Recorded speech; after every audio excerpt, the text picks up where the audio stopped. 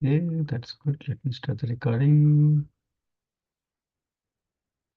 So, Hare Krishna devotees, please accept my humble obeisances. All Gurus, Sri Prabhupada and Guru Maharaj. I'll offer brief prayers and we'll get started. Om Ajnanatimirandasya Jnananjana Shalakaya Chakshurunvritam Yena Tasmai Shri Gurave Namaha Sri Chaitanya Manobhishtam Sthapitam Yena Bhutale Swayam Rupakada Mahyam Dadati Supadantikam Vandeham Sri Guru Sri Uttapadakamalam Sri Guru Vaishnavamsha Sri Rupam Sagrajatam Sagana Raghunathanvitam Tam Sajivam Sadvaitam Savadutam Parijana Sahitam Krishna Chaitanya Devam Sri Radha Krishna Padan Sagana Lalita Sri Vishakhanvitamscha He Krishna Karuna Sindhu Deenabandhu Jagatpate Bhupesha Gopika Kanta Radha Kanta Namostute तप्त कांचन गौरांगी राधे वृंदावनेश्वरी वृषभानुसुते देवी प्रणमामि हरिप्रिये वाञ्छकल्पतरुभ्यश्च कृपासिन्धुभ्येव च पतितानां पावनेभ्यो वैष्णवेभ्यो नमो नमः जय श्री कृष्ण चैतन्य प्रभु नित्यानंद श्री अद्वैत गदाधर श्रीवासादि गौर भक्तवृंद हरे कृष्ण कृष्ण कृष्ण हरे हरे हरे राम राम राम हरे हरे नमस्कार कृष्ण बस्ताय बुतले श्रीमती भक्तिवेदांत स्वामी नित्यामने नमस्ते सरस्वती देवी गौरवाणी प्रचारिणे निर्विशेषण्यवादी पाश्चात्य. Okay, so wonderful section. We are in the main key. As most of you know, we are in the last four key verses of the entire Bhagavad Gita, Chatusloki Bhagavad Gita verses. So we already covered two verses, other devotees covered. And so today I got the opportunity, luckily, to speak on the third verse. Otherwise, another devotee was planned to speak today. So we'll get to the verse. What I'll do is I'll share my screen so that we can see the Veda base and read the last two verses briefly, translation only, and then read this verse translation purport also, and then we'll go from there. So I'll opening that page first, Bhagavad Gita 10th chapter. Today's 10th verse, but we'll briefly touch on 8 and 9, so because for the continuity purpose only. So let us see. So basically, this is the 10th chapter of Bhagavad Gita as it is. If any of you do not have the hard copy of Bhagavad Gita, please let me know, or any of the admins know in the group, WhatsApp group. We can ship it to you, we can arrange to deliver to you, or whatever is needed. So, yeah, I'll briefly read the 8th and 9th and 10th verses. So this is the first verse of the Chatusloki, the four key verses of the entire Bhagavad Gita. Okay. Aham sarvasya prabhavo matta sarvam pravartate iti matva bhajante mam buddha bhava samanvitaah. So the translation, I'm the who is speaking this verse? Lord Krishna personally speaking to Arjuna. I'm the source of all spiritual vital worlds. Nothing is left. Everything in the creation, I'm the source, he is saying. Krishna is claiming. Everything emanates from me.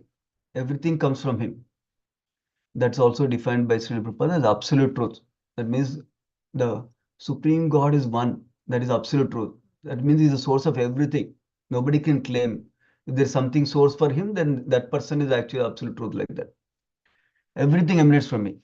The wise who perfectly know this, what this, that he is the ultimate source of everything.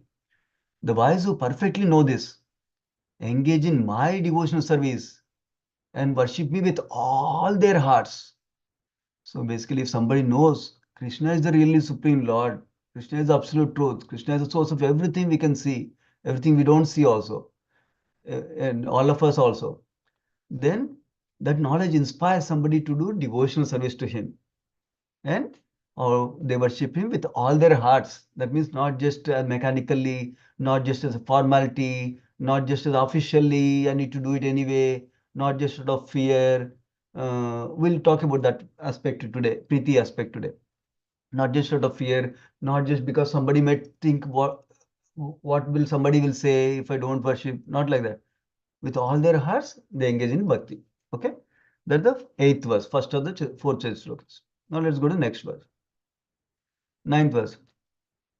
Machita madgata prana bodhayanta parasparam kadayantascha mam nityam tushyanti cha ramanti cha So sweet to even sing it also. Translation. The thoughts, who is speaking again? Krishna is saying, the thoughts of my pure devotees dwell in me. So Krishna is always thinking about his pure devotees. And their lives, whose lives? Pure devotees' lives are fully devoted to my service. Pure devotees are always devoted to Krishna's service. And what do they and what else they do? Pure devotees do. Last week we discussed this. They derive great satisfaction and bliss from always enlightening one another and conversing about me. By speaking about Krishna, by telling about Krishna's glories to each other, pure devotees derive great satisfaction and bliss. So that's how they're enjoying actually, even while in the material world here like that. So because when we're in love with somebody, we always think about them, we always want to talk about them. Especially if you have a friend, close friend, who is understanding about our love, then we speak about them, about our love and about the object of our love also. Same thing, pure devotees enjoy talking about Krishna, talking about Krishna's glories, and they feel fully satisfied and also experience bliss by doing so. That was the last week verse. Now going to the today's verse. I will touch on the next verse also, next week verse also, not going to detail, but just touch to have the whole view for you. So, first verse, eighth verse, what did we hear? Let me go back there. Eighth verse, we heard Krishna's greatness as a source of everything, and that inspired the wise people to worship Krishna with all their hearts. Okay, that's the first one. Knowledge of Krishna inspires devotion for him, for pure devotees. Then Krishna is saying, pure devotees are in my heart, and they always engage in my service, and they enjoy conversing about me between each other. So what did pure devotees do like that after knowing that knowledge? Then what does Krishna do? Reciprocation from his side is telling in this verse. When pure devotees are so dedicated to him, so devoted to him, and they're enjoying talking about him, what does he do? That is this verse, today's verse. Tesham satatayuktanam bhajatam priti purvakam dadami buddhi yogam tam ena mamapayanti te. So I'll read the synonyms also. Tesham, unto them, satatayuktanam, always engaged. Bhajatam, in rendering devotional service. Preeti Purvakam, in loving ecstasy. We'll highlight this one coming up. It's the key portion of the verse. And then Dadami, I give, Krishna gives. What does he give? Buddhi Yogam, real intelligence. This is another key part of the verse. Tam, that, yena, by which? Mam, unto me. Upayanti, come, te, they. Translation. To those, Krishna is speaking again, to those who are constantly devoted to serving me with love. Remember, that was the previous verse. Constantly devoted to serving me with love. With heart, it said in the previous verse, same thing. I give the understanding by which they can come to me. That understanding is the intelligence referred here, Buddhi Yogam. I give the understanding, I give the understanding by which they can come to me. What kind of understanding is giving? So that the devotees can come back to him. Because that's what Krishna is waiting for all of us, to come back to him. Krishna wants all of us to be blissful always, eternally. Not sometimes happy, sometimes sad, no. Sometimes working hard, sometimes enjoying. No, he wants us to be always be happy, enjoying and serving Krishna. Interesting. Serving and enjoying. In material world, they don't go together. But in spiritual world, service itself is enjoyment like that. So that is this verse, today's verse. We'll read the purport and then let me see. Before we read the purport, let me read the next verse also. So Teshamevanukampartam aham agnanajam tamaha nasayami atma bhavasto gnanadipena basvata. To show them special mercy, I, Krishna is speaking, I, dwelling in their hearts, destroy with the shining lamp of knowledge the darkness born of ignorance. So you will take away ignorance by giving them knowledge in their heart directly. That is his special mercy he is showing, he is saying. We'll discuss this verse next session in detail. Going back to this today's purpose. So basically what I want you to see is the First two verses are what devotee is doing. First verse is understanding knowledge of Krishna is engaging in devotion. Second one is also Krishna is revealing his heart, and then also devotees are engaging in devotion service, and devotees are discussing among two with each other what devotees are doing. So next two verses are what Krishna is doing. Krishna is saying that I give the understanding by which they can come to me in this verse. In the next verse, he said, by his special mercy, I will destroy all ignorance with knowledge. Right? That is the whole sequence. Now we'll go deep dive into the 10th verse, which is the verse for today. Let's go to the purport. Sri Prabhupada purport. Sri Prabhupada ki Jai.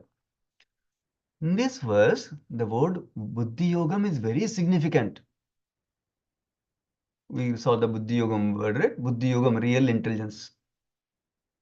So I give real intelligence. I give Buddhi Yogam is saying.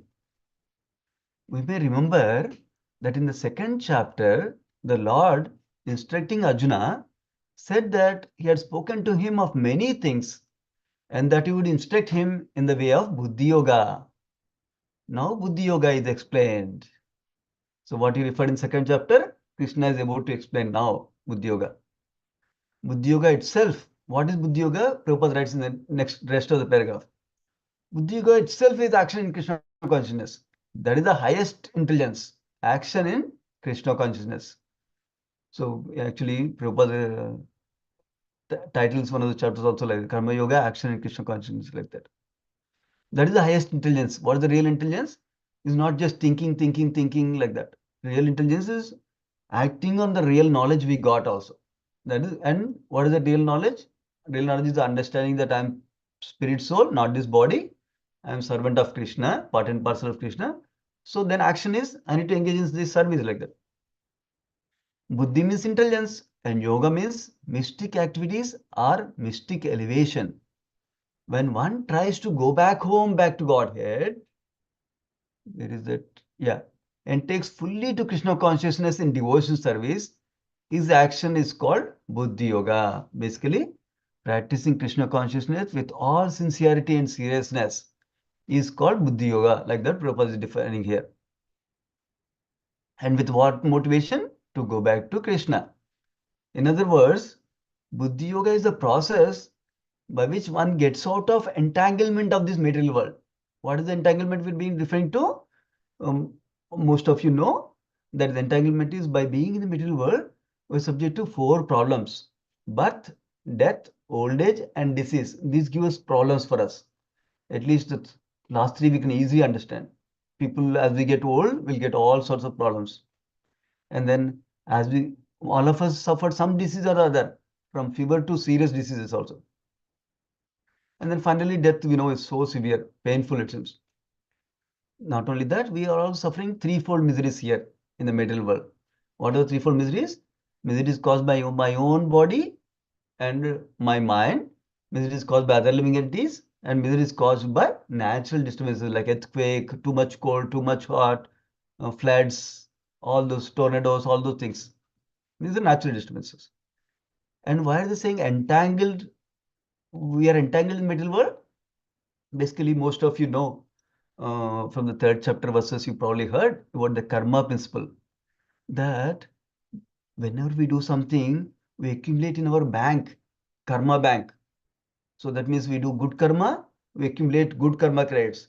We do some bad karma, bad things, a sinful activity, we accumulate bad karma credits also in bank balance. So we have both bank balances. They don't nullify with each other. So now because of that, anything we do either gets good credit, good karma credits balance or bad karma credits. What does this mean? Whenever we have some good karma balance, in order to reduce that balance, we'll get opportunities for enjoying in this life and next life. That means if we cannot exhaust the good karma credit, we need to take another life again in material world. And that means we need to suffer also along with enjoying these good credits. We cannot only enjoy credits. Number one. Number two, when you have bad karma credits, we need to suffer either in this life or next life. So if you cannot finish all the suffering, I don't get enough trouble. Already we have too many trouble in the world already. But if you don't have enough trouble, then I need to take another life to get sufficient trouble. Most of you might have heard about Dhritarashtra story. In case you've not heard, I'll briefly summarize it. Dhritarashtra is described about 100 years ago, before his current life. He actually made the father bird blind, and he killed all the 100 baby birds that they have, it seems, as a small boy. So for that, he had to take 100 births so that he can get sufficient piety, so that he can get 100 sons. Apparently, getting a son requires so much piety. So that means he really had to take 100 lives to accumulate the piety. Then he gets 100 sons, and then he is born as blind from birth. Then he suffers while his children are killed in the Kurukshetra war. So that is the level of karmic thing works. Now imagine, in these 100 lives that he is trying to accumulate pious credit for son, he might have done some bad things. Somebody may think, no, I don't do any bad things. But just the fact that I'm speaking, actually some insects are dying. Just the fact that I'm drinking water like this, some insects will die. Just the fact that I'm lighting the stove, insects will die. Just the fact that I'm walking, insects will die. So that means my karma balance is never getting zero for an ordinary person. But you might have already heard, for a devotee, the good news is that when we do bhakti, when we do anything to please Krishna instead of pleasing my own senses, my karma credit balance is reducing. So it is burning off my old credit balances. And I don't accumulate any new karma balances at all. That is called akarma. So that entanglement is going away by bhakti yoga, that is by Krishna consciousness. Then, what is the ultimate goal of progress? Prabhupada is writing. What is the ultimate goal of progress is Krishna. That means reaching Krishna. Ultimate goal is Krishna Prema over here. Then he's saying people do not know this. That means ordinary people don't know. Many people don't know. But how do we come to know? By the association of devotees and a bona fide spiritual master. That is why their association is important. Guru and sadhus, they tell us, oh, why are you thinking that just earning money and going to office and coming, going to office and coming, going to office and coming, going to office and coming, that itself is life. That is not life. That is only a small portion of life. Our real purpose of life is to be eternally enjoying always in spiritual world. So we need to do some work towards that goal. Otherwise, if you're just doing office work, just doing family work, then I'm not progressing towards that goal. We need to make time for that ultimate goal, which is really important, right? That's what he's saying. That how do we get that understanding, realization, and conviction? That is by association with Guru and Sadhu. That is the beauty of association with Guru and Sadhu. That's why whenever we get an opportunity to associate with senior devotees, especially devotees who visiting like Srila Prabhupada's disciples, it's a great opportunity. And those devotees who have so much higher realization for us compared to us, we should always seek their association like that. Like the next few months, ISKCON Baltimore Temple will get so many devotees. The moment we hear about devotees program, we should jump to go to their program. Somehow listen to them. Somehow that way, one sentence can change our life. One sentence can inspire our devotion. Just by seeing them, it can inspire. Their qualities can inspire us in devotion like that. That's why that is very important. Guru and Sadhu association is very important. One should know that the goal is Krishna. And when the goal is assigned, then the path is slowly but progressively traversed. And the ultimate goal is achieved. That means without having a goal, we cannot move towards the goal. Vaisheshik Prabhu always stresses that's why we should have a goal. The moment we have a goal, we'll start working. What can I do to achieve the goal? What can I do to achieve the goal? Achieve the goal. Oh Krishna, I'm not able to go towards the goal. I have a goal, but it's not working. Please help me. Like that, we'll progress towards the goal. That's why having the goal is very important.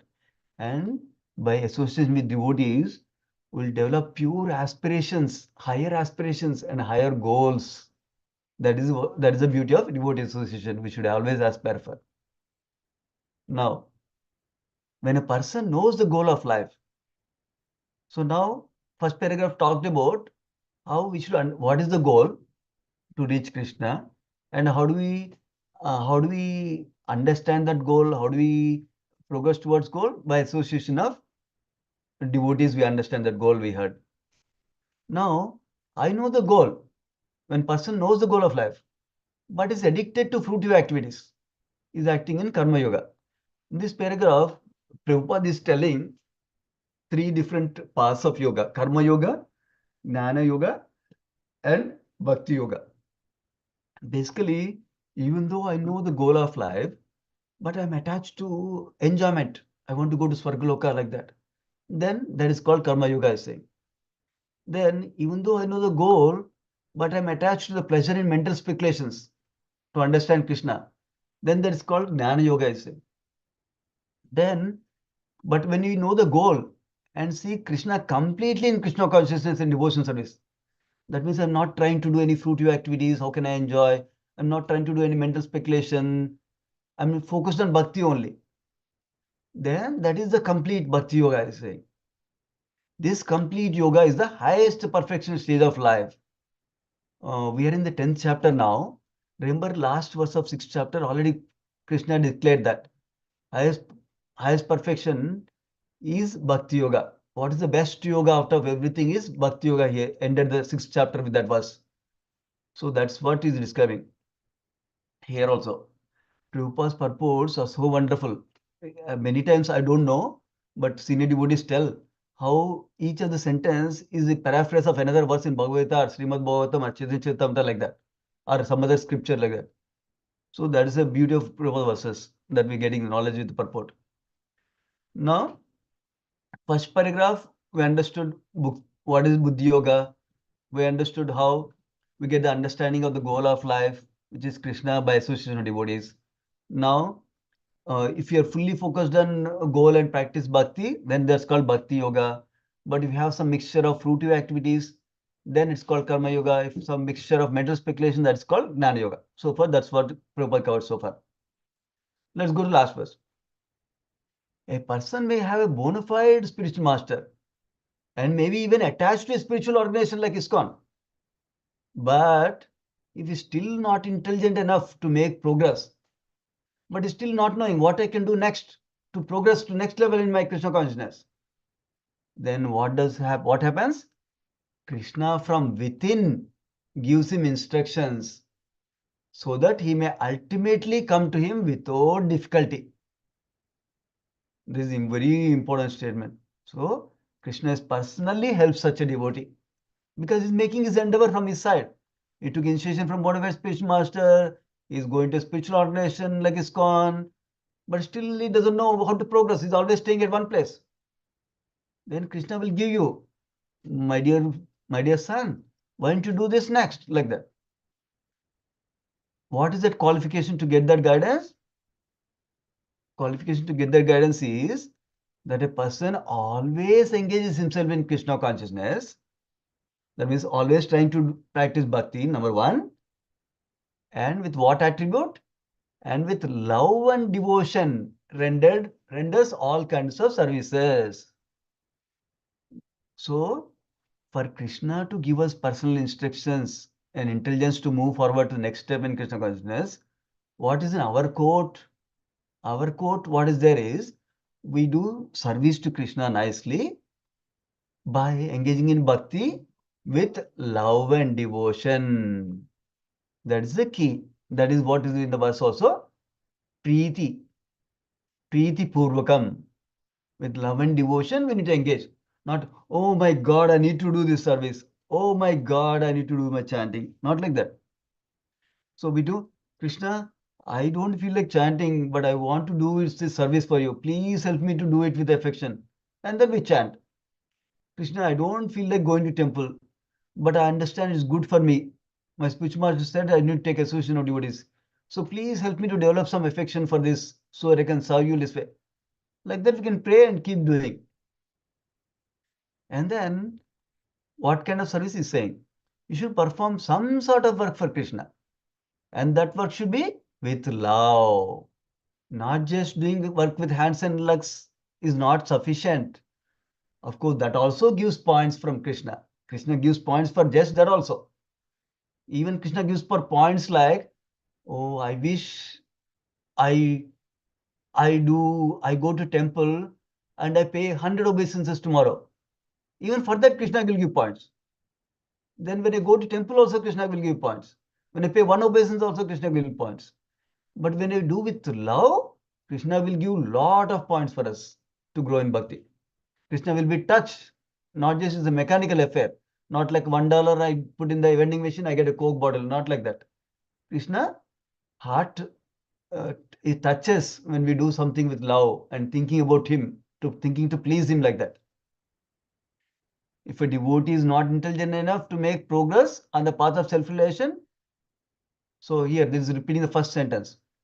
Let us say, I am not so intelligent, which is true in my case, but is sincere and devoted to the activities of devotion service. The Lord gives him a chance to make progress and ultimately attain to him also. I have personal experience of this because in the so many years of my Krishna consciousness, I was always trying to understand what is this Krishna consciousness? What do you need to do? That is where I was for so many years of Krishna consciousness. But mercy of mentor, mercy of so many devotees in my life, everybody deposited little bit, little bit, little bit. Now I can understand little bit about what Krishna consciousness. Now I have some interest about Krishna consciousness, some interest, some understanding that this is the right path, some understanding that bhakti is so simple that I just follow it like that, and confidence that Krishna will help us like that. So like that, for all, so many devotees we can see, we don't need to be big scholars or so much intelligence to grow in bhakti. All we need to do is, with sincerely, whatever we can do, we do it nicely in bhakti. And with whatever devotion we can muster, we do act Krishna service. That itself will, Krishna will melt Krishna's heart and gives us so much mercy for us. So he'll give us next step, next step, next step, next step like that. So now somebody may ask, how does Krishna give this intelligence? I give the understanding by which they can come to me. So this is a common thing, a realization shared by acharyas and devotees also. Basically, Krishna reciprocates with devotees in different ways.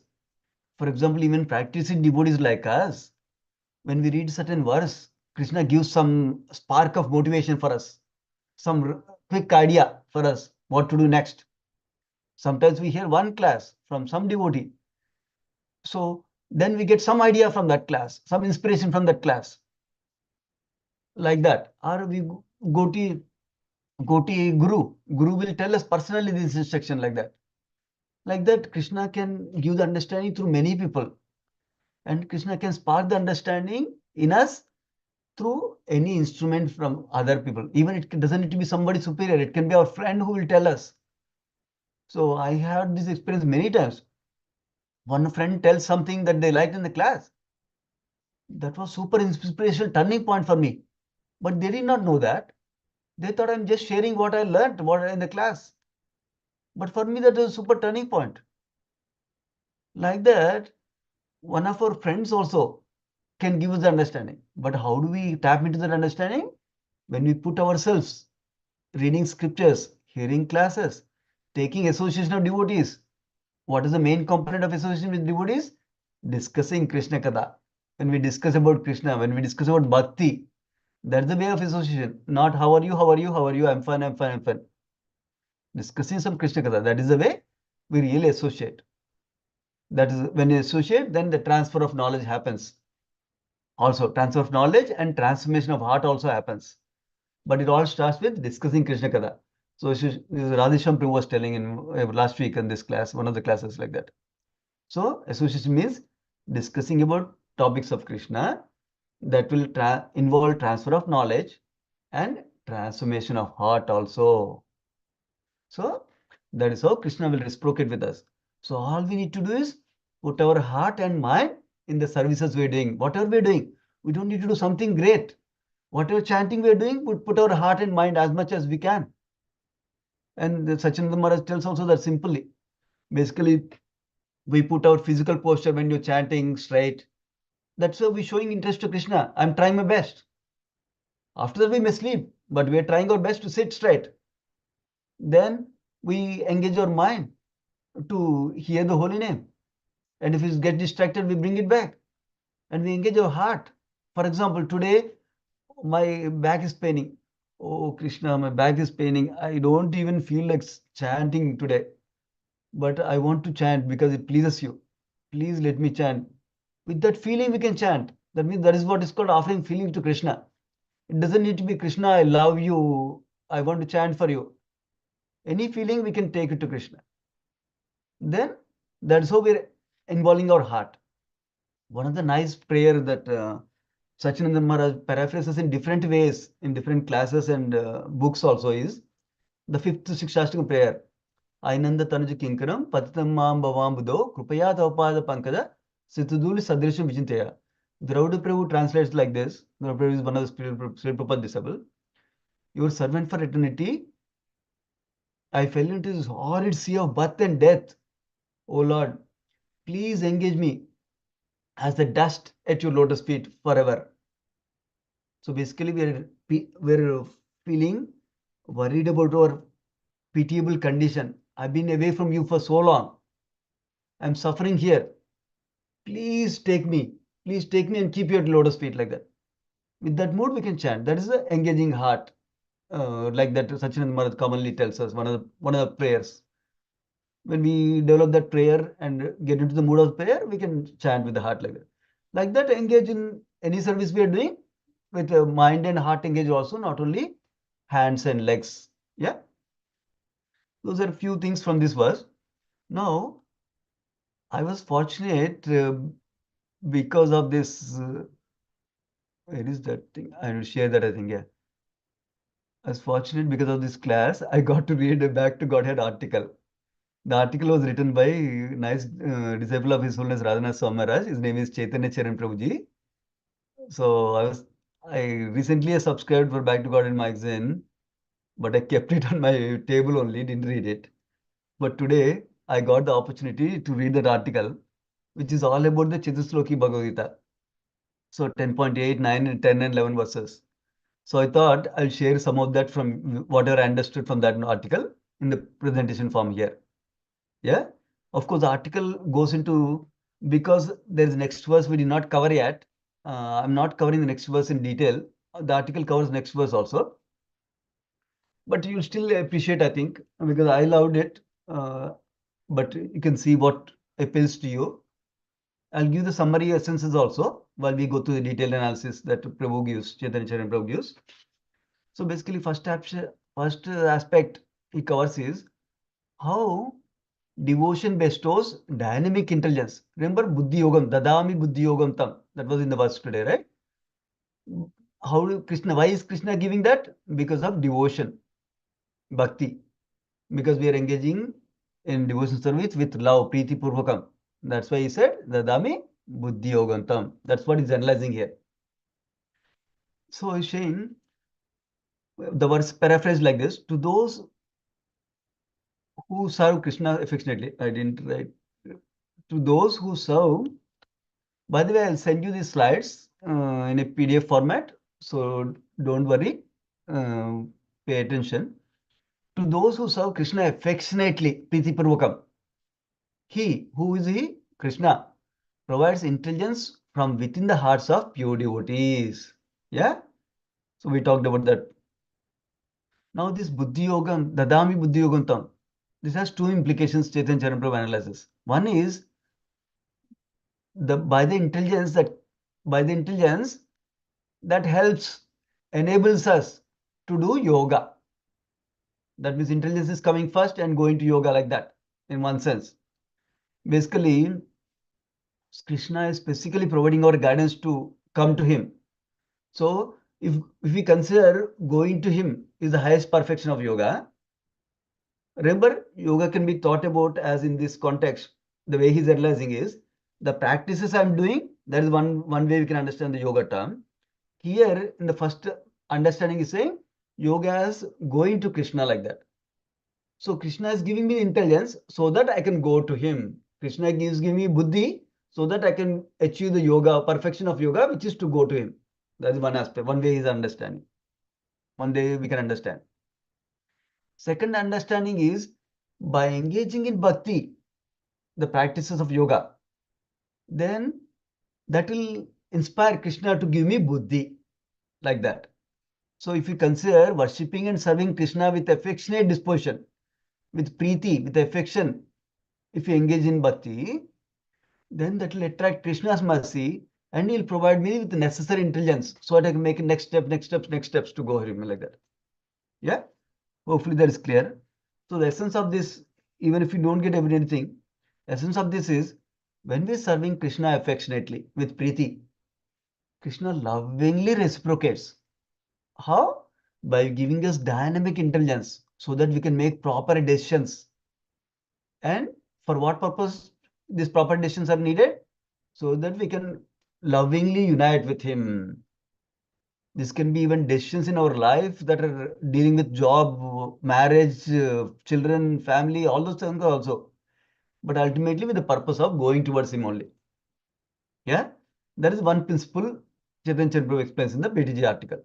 Now let's go to the next principle. Now he analyzes the, remember we talked about the Preeti Purvakam, how with loving affection we need to serve, not just serve mechanically, oh my God, I need to serve like that. So what is the motivation in our devotion service is important. To understand this, he quotes a nice analogy, I liked it. For example, I go to meet one of my old friend. Okay, I go to meet him. Then I didn't meet him for a long time. I go meet him. But then I understand most of us have the intuition to understand, are they interested to talk to me now? Are they really not so interested to talk to me now? But we can sense it easily. Let us say I go to him, but I sense that he really doesn't want to spend too much time with me. Then will I try to spend too much time? If I have little intelligence given by Krishna, then I will also try to wrap up the conversation quickly. Whatever is needed, do it quickly and done. Get over with. I will also try to run away because I don't want to spend. I don't want if he does. I understand that he doesn't want me to be there, so I don't spend too much time like that. Right? Remember this point. This is very important. Same thing with Krishna. Let us say I'm not trying to serve Krishna with devotion and some love. Whatever love I have, I don't have too much love right now. But still, whatever sincerity I have, I want to please you like that. That sincerity I can muster. I don't have real love right now. So, without sincerity, if you don't come with that, then Krishna will think, oh, he's not interested. He's chanting because he wants to show to others. He chants 16 rounds. He's a great devotee. To prove that he's chanting, okay, let him chant. He is doing that service so that everybody will see, oh, this Prabhu does nice service. Good job. He's great. Okay, let him get the greatness. I will not give anything to him. But if you serve with devotion, Krishna, I don't know how to this service, do the service properly, but I will do my best by talking to devotees, understanding how to do it, and I will do my best. Then Krishna will reciprocate. Oh my God, this guy, even though it's hard for him, even though it's so difficult for him, but he's trying his best. Let me give some mercy to him so that he can do service nicely even. Like that, Krishna will reciprocate with us. So that's what he's describing in this table. Of course, he has a chart, but I'm not so good at PowerPoint. I could not put in a chart, so I put in a table form. Basically, whether we are doing bhakti with positive emotions or negative emotions. The first two here are negative emotions. Last one is a positive emotion. So what is the negative emotion here? Let us say I'm doing because I'm fearful. Oh my God, if I don't do it, what will happen? Let us say I'm doing with that fear. Then what will happen? I cannot sense. Basically, I cannot be in the right mood with an open heart to receive God's love.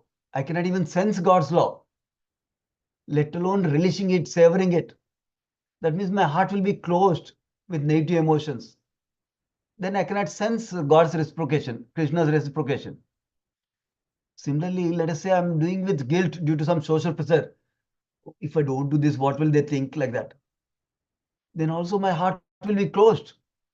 Then I won't notice Krishna's inner manifestations or reciprocations within me.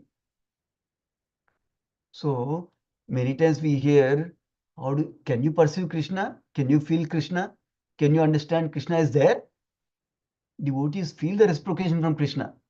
That can happen when we engage in devotion with affection, because then our heart is in the right place. With open heart, we're ready to realize and release Krishna's reciprocal love, like that. That is what Prabhu is describing, an important point. So it's important not just to do mechanically devotion service, but to do it with some affection and love. Whatever we can muster at the current time. We don't have to do something we cannot do. Krishna expects only what we can do, nothing more than that. Now, the third thing he explains is how knowledge manifests in devotion. That means somebody, Gnana yogis, they think knowledge comes by lot of mental speculation. I need to analyze this, analyze this, analyze that. Then only I'll get. But actually, principle is when we serve Krishna with devotion, Krishna gives the necessary knowledge to us, necessary intelligence to us to move forward in devotion service. That is the principle being described here. That is what is here. Krishna, with the mercy, he illuminates our heart. Actually, this is touching the next verse briefly. Krishna gives us knowledge that is covered in this verse. In the next verse, he says, illuminates our heart with a lamp of knowledge and removes ignorance, like that. In the next verse, he talks about. So even though we don't have capacity, to know everything, but Krishna gives the intelligence for us to know. Prabhu explains with these two. Most of us must know this verse. Tamasaya ma jyotirgamaya mrityurmaya amritam gamaya, like that. I should chant like parrot without knowing the meaning, of course, in school days. But now we are hearing the meaning. So this means this is from some Upanishad. It seems Brihadaranyaka Upanishad, I think, if I remember correctly. Yeah, basically both of these verses. Tamasima Jyotirgamaya means moving from darkness of ignorance, that means having no knowledge, to light, which is compared to knowledge.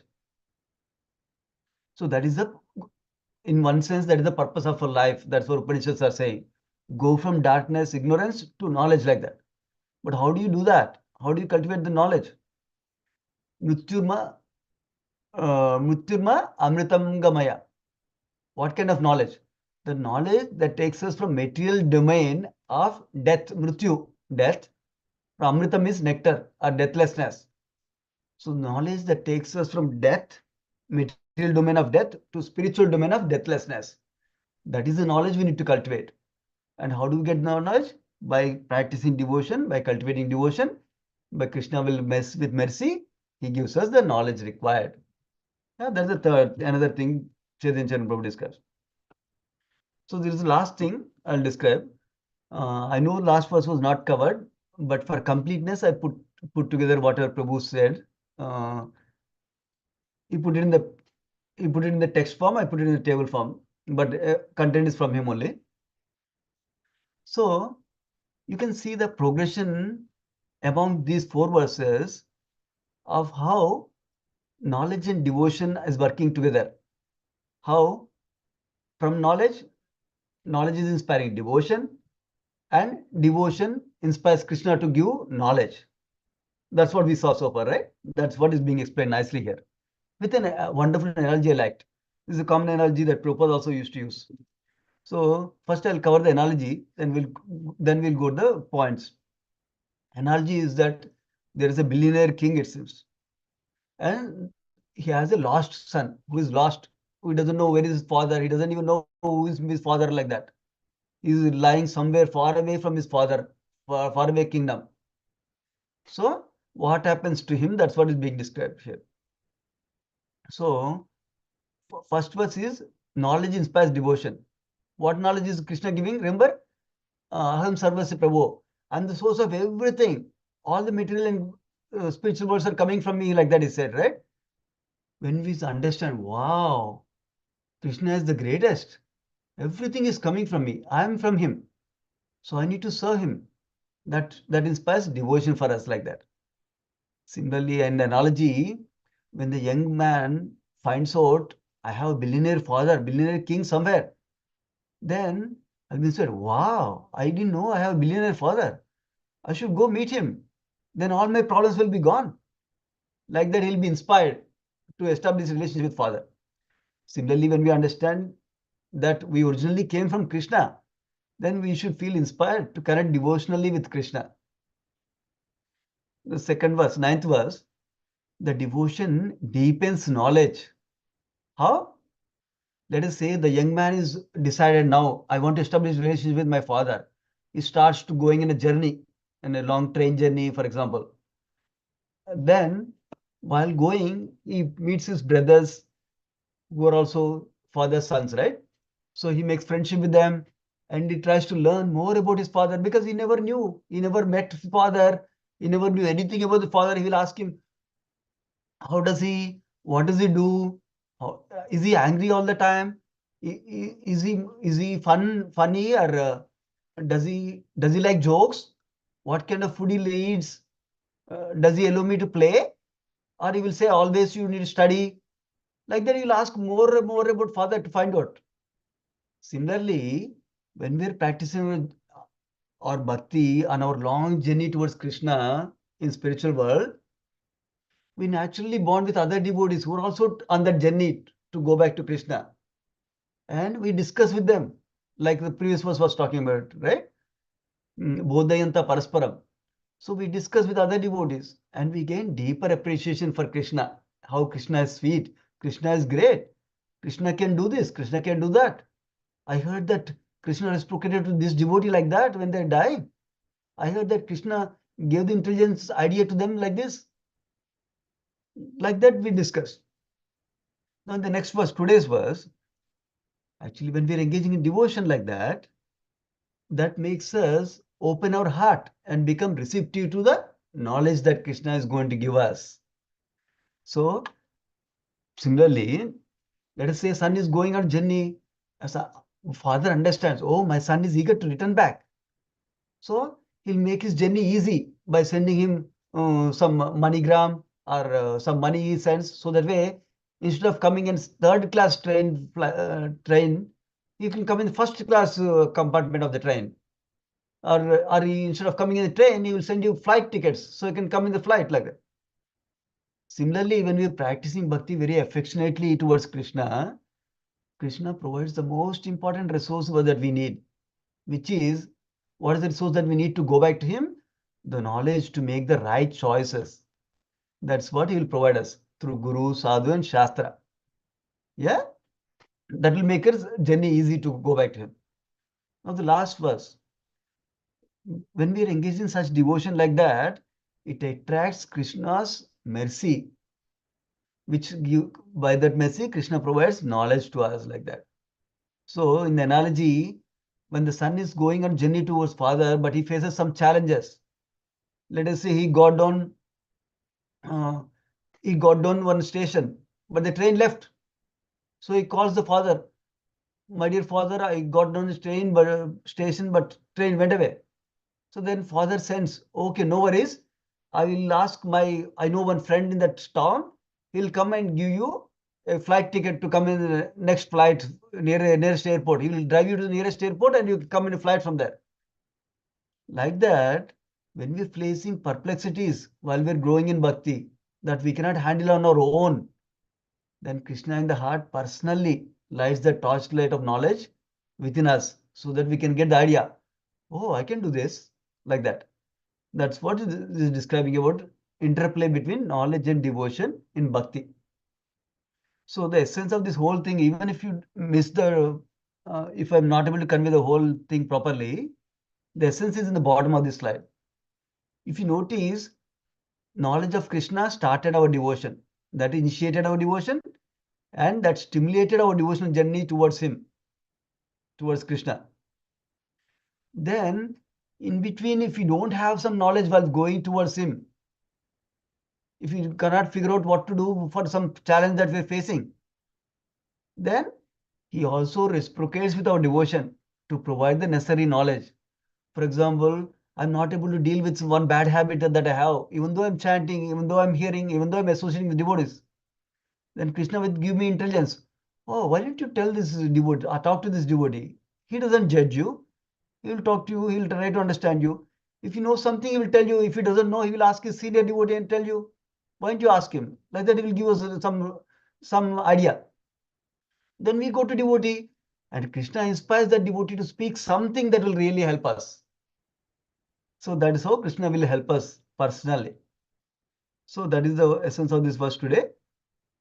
Essentially, what we learnt is that by engaging in devotional service nicely, Krishna, with love, Priti Purvakam, Krishna will give the necessary intelligence to make the next step in our devotional service to go back to him. This is the article I was referring to. This is the main content of this presentation. Rest, we read it from Prabhupada purport only primarily. Yeah, this is the article. Okay, I'll pause there. If anybody has any comments, any other realizations they have from this verse, please feel free to share.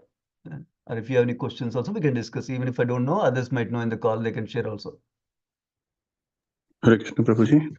Hare Krishna, Himanshu Thank Prabhuji. you so much for that's a very wonderful explanation. I have one question, Prabhuji. Like when we do the karma, correct? And when we, while doing the karma, we do the bad and good reactions. We accumulate bad sukriti and reactions also, sins also. So my question is, Prabhuji, uh, if we do some aparadh towards a devotee, correct? So is it what my understanding was, Prabhu, like bad, whatever bad and good, anything they will not cross each other, correct? Like bad, so they will not nullify it. That's what my understanding, Prabhuji. But correct me if I'm wrong. Like, if I have a good sukriti or bad things, it not nullify each other. I need to I will go in my next birth and get the, if suppose I'll cash out my good sukritis in the, heavenly planet, and then I will suffer all those things, correct? Yeah, All my I'll recommend for this discussion, let us use the simple terms: good karma, bad karma.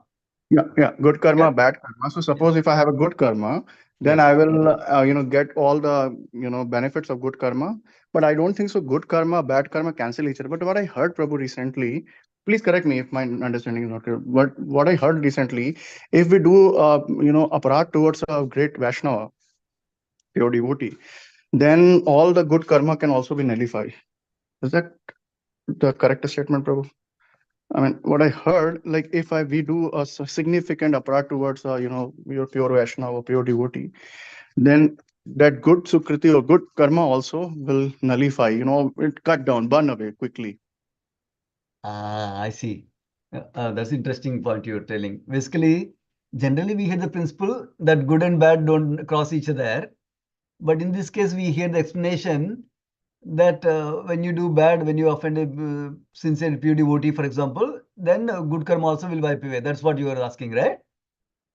That's what, Prabhuji. I heard that. That's why I was just trying to confirm, like, is that the right understanding to go with? Nice, interesting. Yeah, I didn't think about it that carefully myself so far, but I also heard similar statements. I'll explain to you. Uh, I don't have the answer to your question, but I'm only supporting your statements. So basically, I also heard that, let us say, not in terms of offending devotees, but even if let us say, I criticize somebody, doesn't need to be devotee, simple, karma level now, not devotee. If I criticize somebody, then they will get some of my good karma. They will get some of the good karma and I will take the bad karma. That is how I heard the statement. But I don't have a reference to Shastra to prove either of them. That's how I heard it. Yeah, because Prabhuji, what I heard, the benefit of Kali Yuga is, and compared to other Yuga, if you think bad about someone, it's not going to impact you, and unless you act on it. But in Satya Yuga or other yugas in previous ages, if you even in your mental status, you think bad about someone, it impact you. What I heard, Prabhu, here, like if you think bad, it won't impact because unless you act on it. That's what I heard from my mentor. So then, even though if we are doing, thinking some, because we are still very, neophyte, correct, Prabhu, practicing devotee and trying to practice, Prabhu, even though I would say myself a very fallen, if bad thing come to our mind, if by some circumstances, correct, because of some service or something, sometime it comes. So we try to mitigate, we don't act on it, and we try to pray to Krishna, this thought should not come to us. But that should not, remove our karma, because we are trying to be principal on a karma, correct? We are trying to do the devotional service. And during that service, if something comes to our mind, how to think about those things, like what will happen because of these thinking of those things, or, so it's just, I just want some little understanding, clarity here, Prabhu. Nice. This is a different topic again, but we can discuss that. So first topic, I don't have any Shastric reference, and how to reconcile those two, I do not know. If anybody on the call, they can comment also. But the second thing that you talked about, which is true, that anything we think in the mind, it is not affecting Kali Yuga. That's 100% true statement. So now, how do we deal with it when we get bad thoughts like that? And what will happen? So what will happen? We already discussed. Nothing will happen. But the drawback of bad thoughts is that generally thoughts will manifest into actions. Thinking, the stages are thinking, feeling, willing, and then basically it will manifest into actions like that. That means I'll think that maybe I should scold that devotee. Thinking. Then I feel, yeah, I should really scold the devotee. Feeling. Then willing, yes, I should really scold the devotee when I see him this Sunday at 5 o'clock. Then it will manifest like that. So it's a gross example, but essentially point is that thoughts have the capacity to manifest into actions. So now the how do we handle it is at two different levels. You already mentioned how you're nicely praying to Krishna. That's the best thing we all can do. Number one thing, best thing we should do. Number one. Number two, because Krishna gave us the intelligence, Krishna gave us this mind in this life, Krishna gave us the resources in this life. We need to think, why did I get that bad thought? What is behind that bad thought? We need to put some understanding behind it. What triggered that bad thought? What thought pattern led me to the bad thought? What assumptions led to me that bad thought? When we understand like this, then we'll come to some things. For example, I made an incorrect assumption, or my original thought process is anybody who talks like this is bad. That may be incorrect assumption, because somebody may be a great devotee, but they not overcome this particular way of talking, for example. They're still great devotee, but they will overcome in time. So like that, we need to challenge our assumptions. We need to challenge our thought patterns. Number two, these two things. Then another thing is we need to see the other person in a complete package. That means, and also, that means, let us say, they're most of the time nice. One particular small mistake they did. Then we need to discount that one small mistake on all the good things they're doing. That is another thing we can learn. Another thing Like we can learn. principle of Swan, correct? Address the good quality, do not pay attention on, because we can ignore, because we need to learn every time, try to learn from the. Correct. Exactly. Like, for example, I have a friend who's been nice to me for last 20 years. But today he shouts on me because his wife is not happy with him. Then I don't take the today's one incident as he's a bad person altogether. He's useless fellow.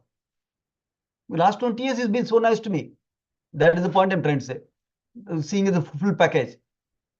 That means this, I'm seeing that today he did a bad thing. I'm seeing, not like I'm ignoring it. But I'm understanding overall he's a good person.